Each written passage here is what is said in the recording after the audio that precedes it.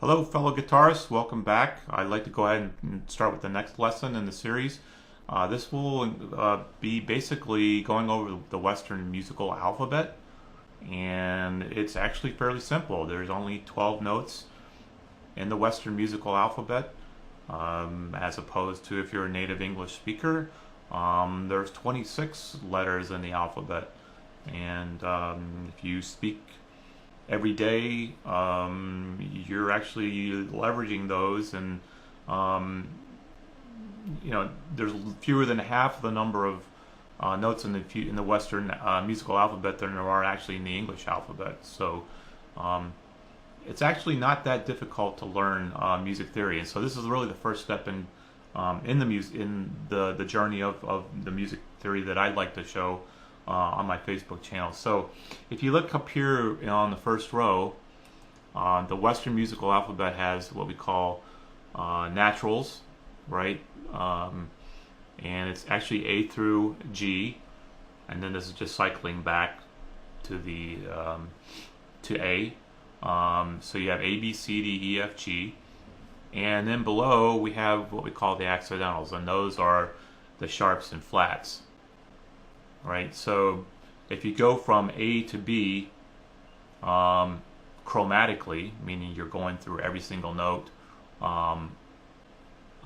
in the alphabet, there is exactly one note in between A and B, and that's A sharp or B flat. From B to C, there's no note in between.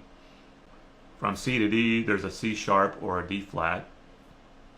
Going from D to E, there's a D sharp or E flat.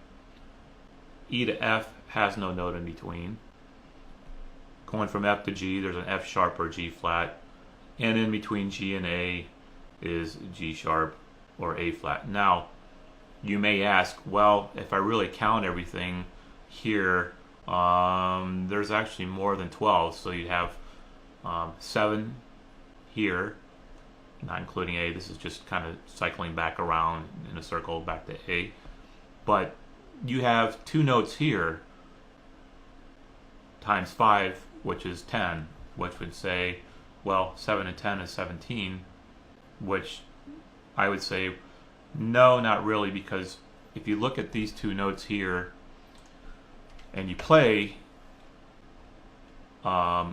say on the low A string, the note on the first fret, and you ask me, in the absence of a key center, which note is it? I'd say, and I could say either A sharp or B flat and be correct. Now, if you ask me what is this note relative to a key center, then it would change. It would be A sharp or B flat, depending on the key center that I'm actually playing on in, and that's something that we'll get into as we go further. So A sharp and B flat in the absence of key center, those notes are called enharmonic because basically to your ear there's no distinction. You can't tell the difference between the two unless you know what the key center is, or as it's written on staff paper. And that's really it. There's not a whole lot else.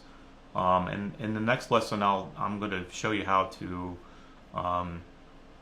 get this stuff under your fingers and into your brain, so you do know what the whole fretboard. And we'll go over what the chromatic scale is. Actually, the chromatic scale is just every single note in the in the musical alphabet played linearly. That's basically what a chromatic scale is, and that'll be in the next lesson. Thanks for watching.